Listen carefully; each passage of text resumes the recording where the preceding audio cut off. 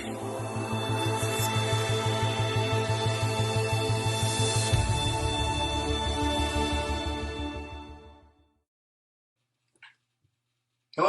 my name is Darren Hood, and I will be speaking on the topic today of square pegs in round holes. Before I get started, of course, I wanted to express my thanks to Tony Mora for the opportunity to share with the recruiting world out there today.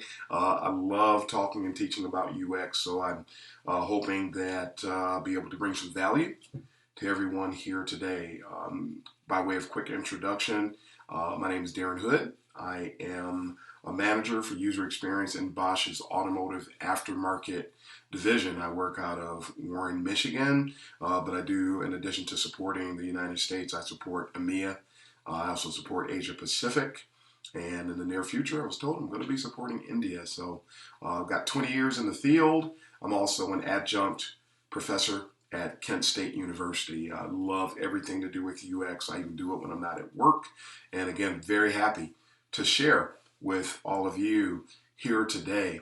As we dive in, I want to start out talking about the burden of recruiting. But before I even get into this, I want to express a sentiment that I have with regard to not only this topic, but the burden that you guys have. I truly understand it. I interact with recruiters on a regular basis. I help as often as I can. I help screen in some cases. I recommend people on a regular basis.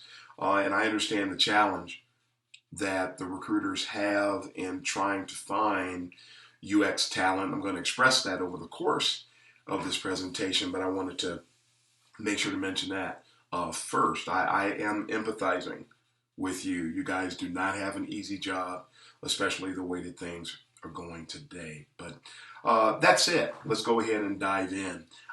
This part is going to be something everybody knows, but I think it's critical to laying the foundation that we have for the talk here today.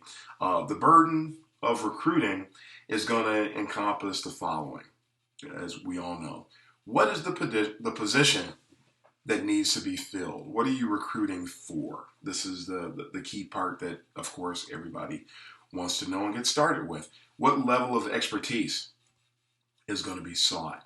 What are the qualifications for this position? Skill set, what is it? What kind of an educational background requirements will the company have? What are the need to have? So what does this person absolutely have to be able to do? What do they have to be able to deliver on? What are the nice to haves? What are those elements? What are those values that the person, they don't necessarily have to have it, but if they did, it'd be great. Everybody's going to feel that way to some extent with practically every position. What are the intangibles? Does the person have to be a citizen of the United States? Will work visas be required? Is relocation going to be a part of this? And will relocation be covered? What are the travel elements? Are we looking for somebody that's willing to travel 50% of the time? Do they have to travel at all? The intangibles are always going to come into play. And then lastly, what time frame is the company looking for? So again, these are all things that we know. I'm preaching to the choir now. I understand that, but I just want to make sure that you guys know that I understand it, and we'll go from here. This is the part that I want to refer to as the whole.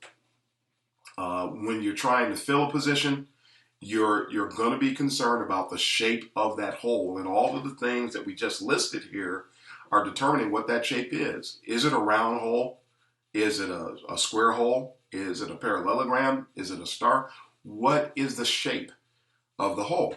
Now, all these things said, people pretty much are going to have the frame of mind, okay, well, we're recruiting for UX. Well, I was recruiting engineers. I was recruiting CAD designers. I was recruiting someone for the HR department. What's different about HR? I mean, it's just going to be work as usual, right? I'm going to look at somebody's resume. I'm going to look at somebody's cover letter. I'm going to look at their curriculum vitae. I'm going to do all the same things I normally do, right? No. The world of UX and recruiting for UX is quite different. And a lot of times they're very familiar with the other positions, and they've been recruiting for those positions for a very long time. But as you're about to find out, it's this UX recruiting. It's going to take a little bit more because people are going to have to become educated about not only what UX is, but about the personas of user experience professionals. And that's what's going to help you to avoid putting square pegs in round holes. It's going to help you to get through the requirements or the skill sets, rather, I should say, of those candidates that you're taking a look at. So in order to help us do this, in order for me to help you, I want to take you on a little bit of a journey. We're going to have a little bit of UX education here, if you will, and we're going to go through this quick timeline. Now, one of the reasons why a person is going to need to become educated on UX and understand the personas is because UX has not been around very long. Donald Norman, whose picture you see there on the bottom, was the person who first coined the phrase user experience while he was working for Apple. At that time, it was human-machine interaction. It was HMI. Internet was really just starting to come on the scene, and there wasn't very much UX work being done on the UX or on the internet initially. But Donald Norman was the one that got it started. Now, after Donald Norman got started, and shortly thereafter, when the internet boom took place, now the early stages of what we now know as UX came into play. It was information architecture, and Richard Saul Wurman was the person who coined that phrase, and he's the father of information architecture, essentially, and that's where a lot of the focus was. So the UX, again, as we knew it then, all about on the internet, all about information architecture, but everything was evolving. From there, back in those days, the creative agency world pretty much cornered the market on UX. Of course, yes, there was work being done, as we stated, with Don Norman back at Apple. However, a lot of the work that was being done on the internet and such was taking place where most of the designs were starting to happen with the corporations that were flocking to the internet to get their internet presence in place, and they were trusting in the agencies to get that done for them. So a lot of the vast majority of the UX related positions were held there. If we fast forward a few years and we come to about 2009, 2010, and work was being done just prior to that. NASA did some research. There were other companies that did research, and they discovered that for every dollar you invest in UX, you get a return on investment of anywhere from $2 to $100. So the corporations, the Bosches, the United Healthcares, IBMs, the GEs of the world found out about this return on investment, and they became convinced, and they began to invest. So this in UX. So now this cornering of the market, which once took place with the creative agencies, that ended about 2009, 2010, round about that time frame. These other big standard corporations began to hire UX personnel. And so now we've got a challenge because all these companies are now investing in UX, and you've got all these positions that need to be filled, but you don't have qualified people. And this is what creates the problem as it's arising for you guys now, because you have the challenge of filling these positions, dealing with all the recruitment, dealing with all of the qualifications that come up, looking at the experiences, looking at the skills, trying to really get into the weeds and find out how qualified somebody really is and where they really fit. Will they fit in your organization? What is their history like? What do they bring to the table? Who's the best person for the position that we have now? This is the challenge, and so now the reality of the shape of the peg and the shape of the hole.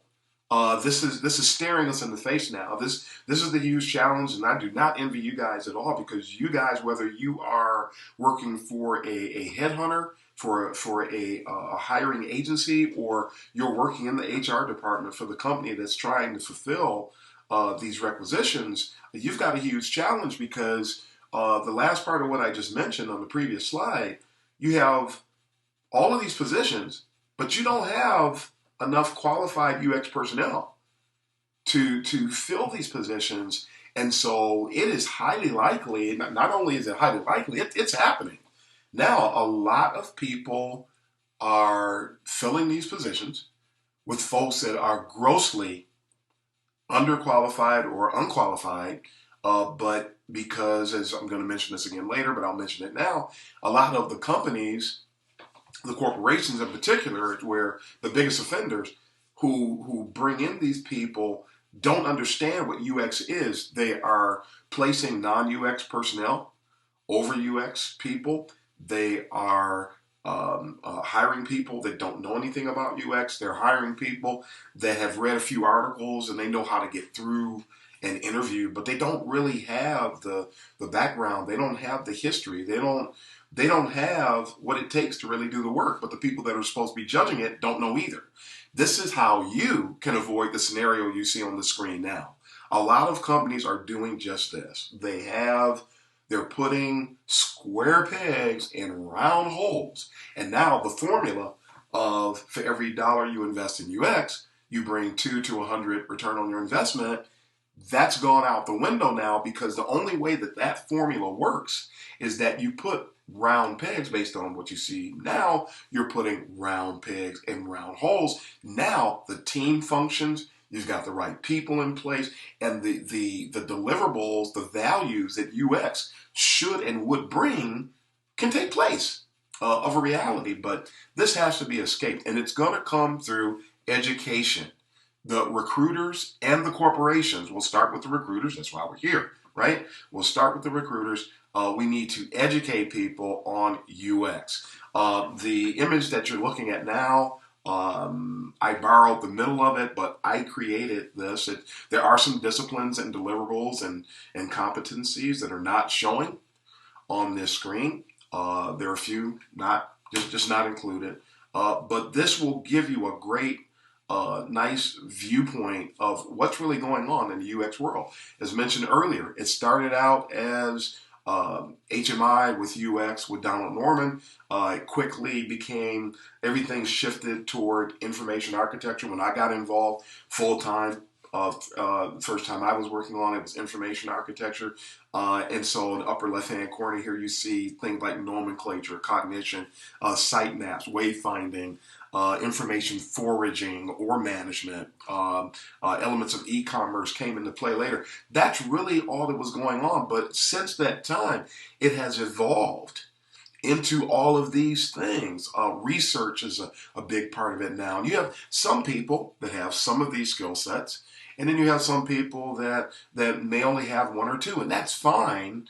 But the question is, what is the shape of the hole you're trying to fill, and the shape of the person you're trying to put in that hole is based on these skill sets. So you want to be really good at understanding what UX candidates are bringing to the table. You want to make sure they legitimately do have the skill that you're seeking, and then now it's time for analysis. It's time to check and see whether or not this person really is a fit. And then proceed to go to narrow down your candidates, and then start to go through the interviewing stages. So what I want to do from here, we don't have a whole lot of time. We've only got 30 minutes. I want to take some time here to just give you a few tips. I want to talk about a few things that I can share with you that will definitely help you if you apply it to whittle through the posers, as we call them. There's a lot of them out there. They'll go to, nothing against the places that offer some of these courses, but people will go through, they're trying to learn about UX quickly, and they'll go through some courses, never understanding that many of us who are, I guess what you can call first or second generation UX professionals, we had to evolve. You don't just become a UX fill in the blank.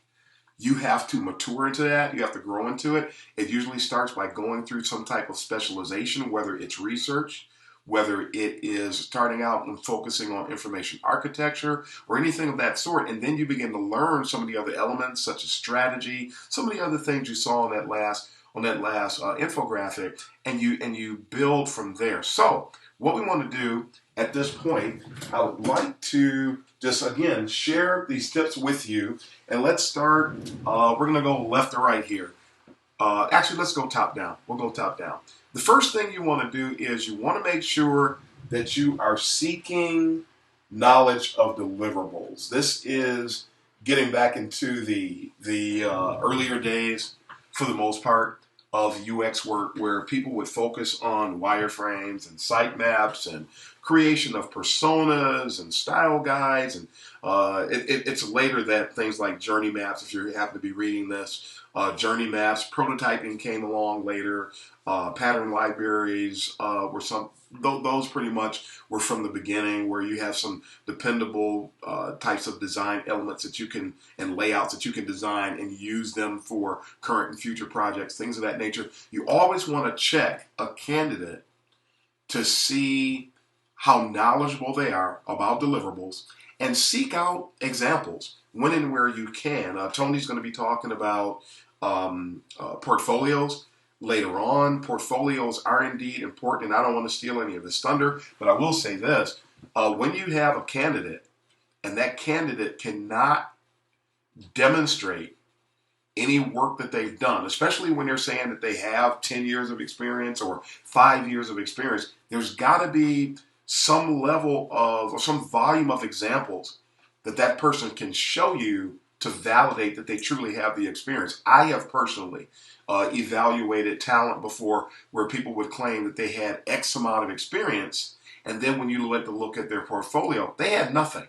Now, at the same time, and again, I don't want to steal any of Tony's thunder, but I will say this. I've been victimized by the portfolios before, so I want to bring this up.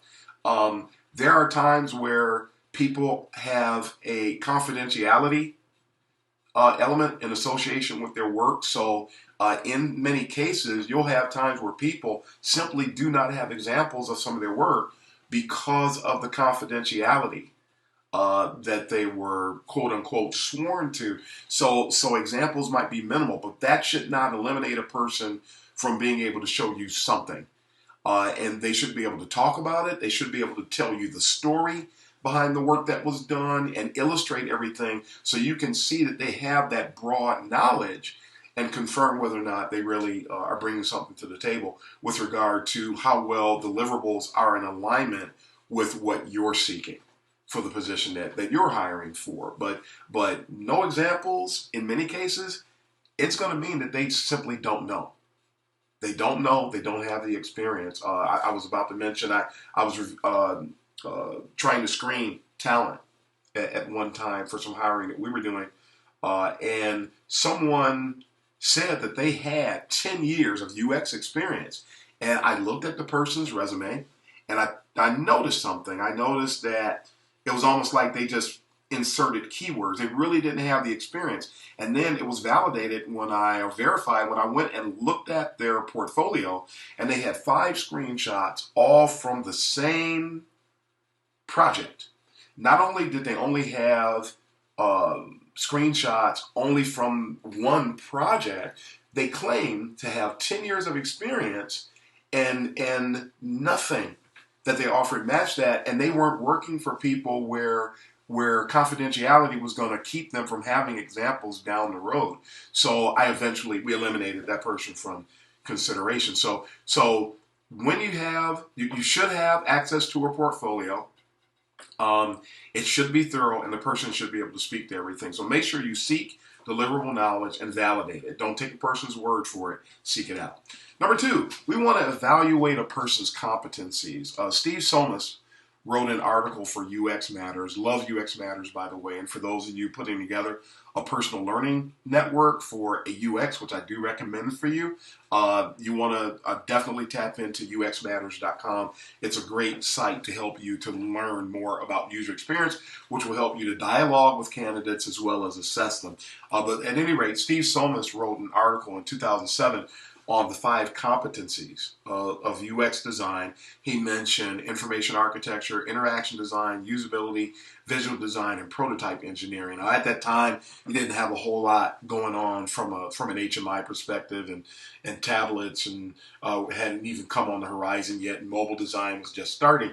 But a lot of what he mentions in the article is still true, and it's still good to look at. And you want to evaluate someone. How good are they with information architecture? Are they good with interaction design? And don't fall for the hype that says that there are no interfaces, or there's some designs that don't have interfaces.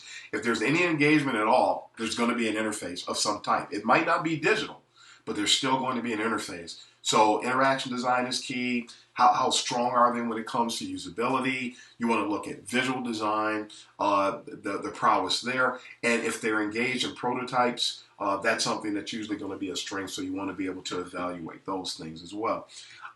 Next, you want to grade your findings. Don't just take some notes, write them down, and then depend upon your recall. It's not efficient, as I've listed here.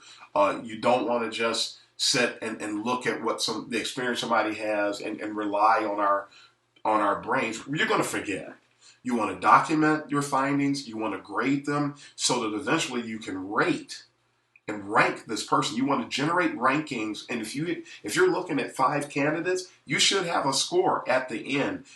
You want to make your evaluation systematic. You want to be organized. You want to eliminate bias from what you're doing, so that you can make sure that you have the best possible candidate that you're presenting. And there's some reasons for that also later, so we'll share that in a bit.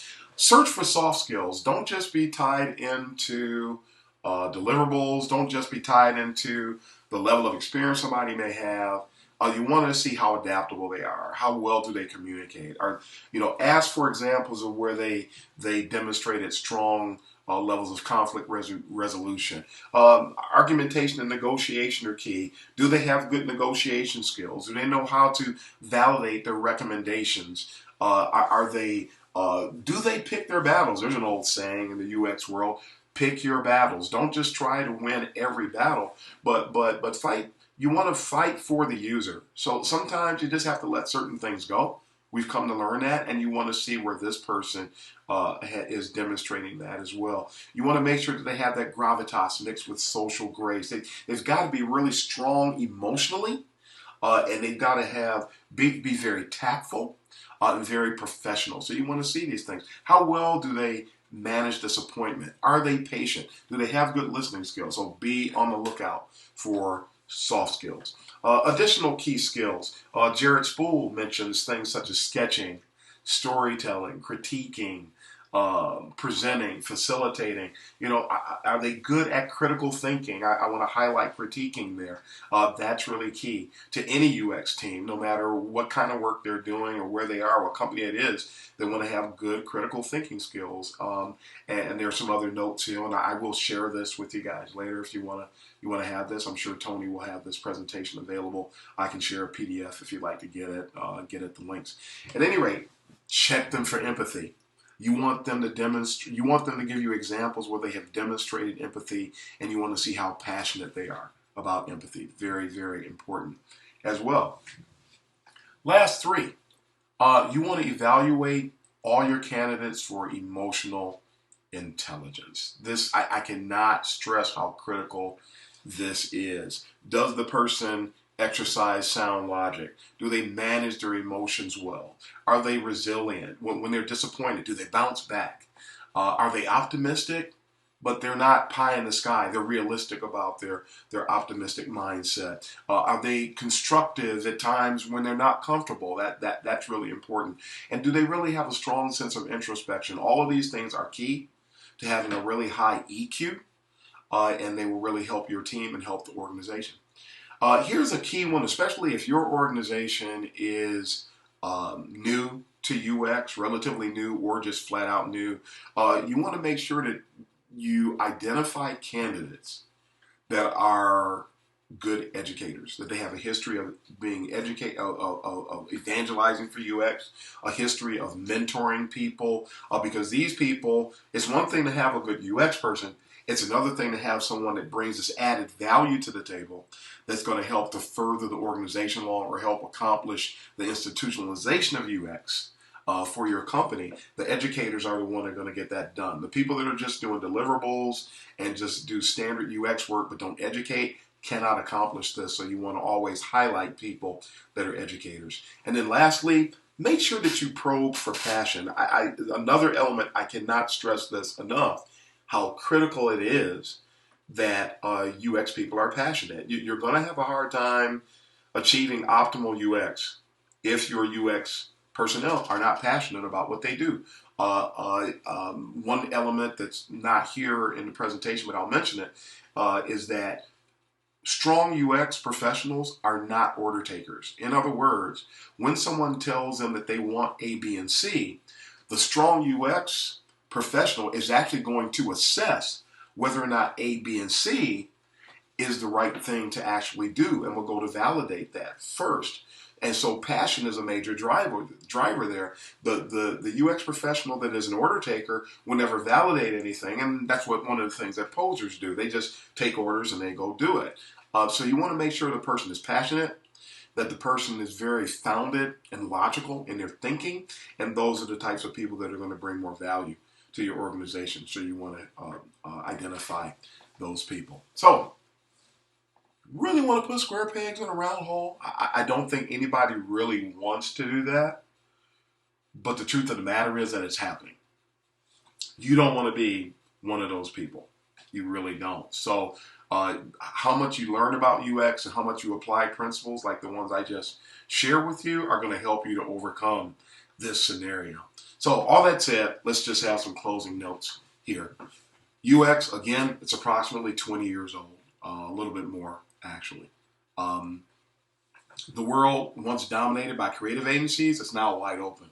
The corporations are involved in the recruiting, and many of you undoubtedly are recruiting for corporations. So you're new. You have a new seat at this table. There's been an explosion due to this of UX positions, and this has resulted in a shortage of qualified applicants. And the shortage, it hasn't stopped companies from just putting bodies in the position. So you don't want to be someone that's just contributing to the body epidemic. You want to find people that are truly skilled. And by the way, that means that you, as a recruiter, depending upon who you are, you may have to fight with regard to how much you're paying. And I do exhort you, there are salary surveys or salary reports that are out there for UX. The massive influx of unqualified people has actually begun to skew the pay scales, and that's going to hurt the organization. So you want to make sure you pay people, get qualified people and pay them accordingly. Don't try to short them because it will create a problem for your company as well as for your own credibility, which I'll mention again in a moment. But the corporate world is engaged position-wise, but they still don't really understand what UX is and how it works. This is another reason to highlight those educators. They're really going to help you to bring extra value to the table and give you things that you didn't even think about when the descriptions were written a lot of times. So you really want to highlight people like that. As a recruiter, as mentioned earlier, you have to strive, this is what I was alluding to, you have to strive to fill these positions. But remember, you've got a reputation to uphold. So if you bring those posers in, they're going to eventually be found out. And when the posers are found out, you don't want to have been the source of the poser. You want to bring in genuine UX professionals that have proven backgrounds, that understand what they're doing, and are going to help to take the company to another level and help get that win-win for the users as well as for the company. Those are the ones you want.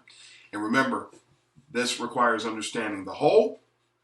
And when you understand the whole, it should help drive you to make sure that you get the right peg to fill that hole. And when we do this, folks, everybody wins. So that is it. I'm just under 30 minutes. I hope you enjoyed the presentation. I hope you got a lot out of it. And I hope you're able to get a lot done and get a lot of wins for you and your organization and for those professionals that you represent. Thank you. Follow me on Twitter. Connect with me. I share UX information all the time in the social media world. Love to connect with you and wish everyone all the best. Bye-bye.